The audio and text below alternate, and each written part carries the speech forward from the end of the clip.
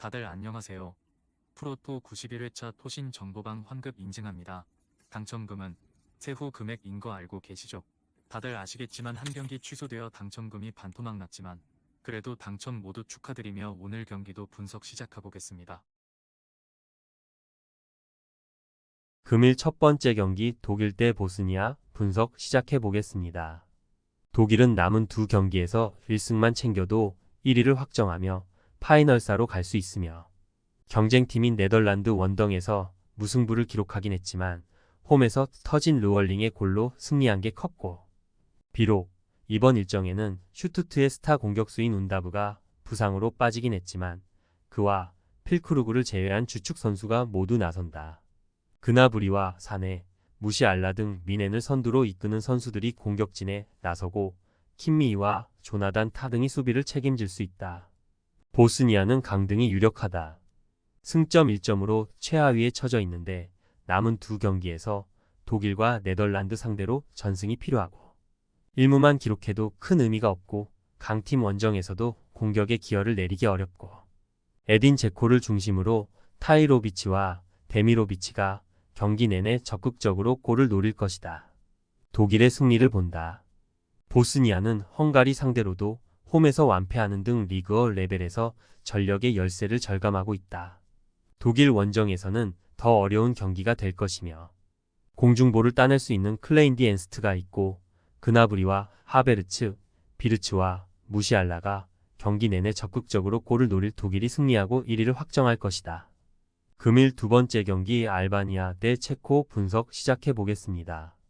알바니아는 조 3위지만 1위와 승점 1점 차이고 조지아 원정을 승리했으며 K리그 팬들에게 익숙한 광주의 윙어 아사니가 팀의 추축 공격수로 나서 네이션스 리그에서 팀을 이끌고 있고, 이 경기를 승리하면 1위로 치고 갈 수도 있는 상황이기에 동기부여가 확실한데 바이라미와 투치, 아사니의 3톱을 가동해 경기 내내 적극적으로 나설 것이다.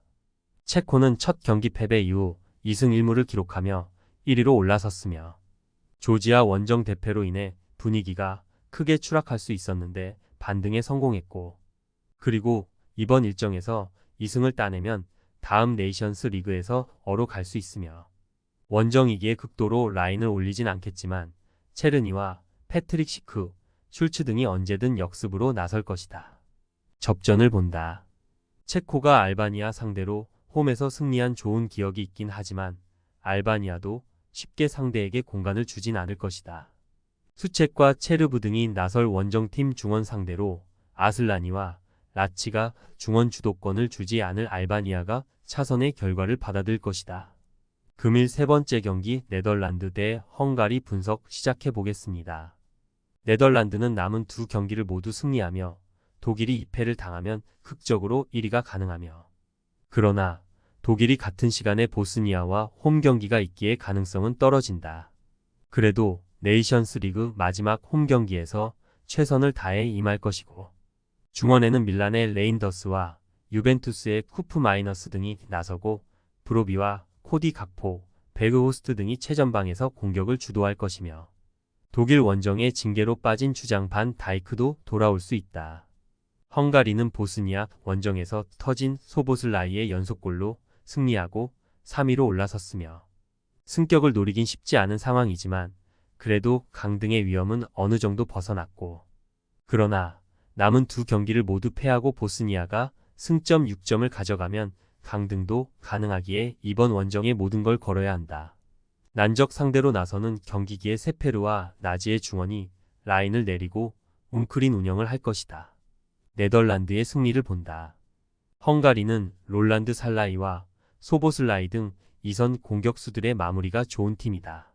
그러나 바르가와 마틴 아담 등이 나설 최전방 스트라이커는 반 다이크와 드브리가 나설 네덜란드의 최종 수비를 넘기 어렵고, 레인더스와 쿠프 마이너스 마디로가 중원에서 상대를 공략할 것이고 각포와 저크지가 해결할 네덜란드가 승리할 것이다.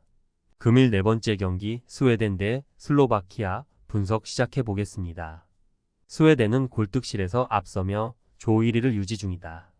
그리고 이번 홈 경기를 승리하면 다음 시즌 다시 네이션스 리그 B로 돌아갈 수 있으며 질라탄의 은퇴 이후 다소 침체기에 들어간 상황이었는데 젊은 선수들의 성장 속에 경쟁력을 찾았고 토트넘에서 손흥민과 함께 가장 중요한 선수인 쿨루셉스키를 비롯해 나나시와 아야리 등이 팀의 중심을 잡고 있고 이번 일정에는 뉴캐슬의 스트라이커인 이삭도 돌아올 수 있다. 슬로바키아는 스웨덴의 골득실에서 밀린 2위다. 그러나 같은 승점이기에 이 경기를 승리하면 승격으로 갈 수 있지만 단 원정 일정이기에 무리한 운영보다는 강점인 탄탄한 수비로 상대의 공세를 막아내며 스트렐레츠와 수슬로프를 앞세운 역습으로 승부를 봐야 한다. 스웨덴의 승리를 본다. 슬로바키아는 팀의 중원 사령관인 나폴리의 로보트카가 돌아왔기에 정상 전력으로 원정 경기에 나설 수 있다. 그러나 안정적인 중앙과 달리 페카릭이 돌파에 고전하는 측면 수비가 불안하고 쿨루셉스키와 크레프 등이 측면을 공략하며 기회를 만들 수 있고 이삭이 기회를 놓치지 않을 스웨덴이 승리할 것이다. 토신 최종 조합은 영상 아래 고정 댓글로 말 걸어주시면 토신 정보방에서 무료로 공유해드립니다. 제발 손해보면서 토토하지 말고 다같이 웃으면서 즐겁게 베팅합시다. 함께 하실 분들은 부담 갖지 마시고 편하게 말 걸어주세요.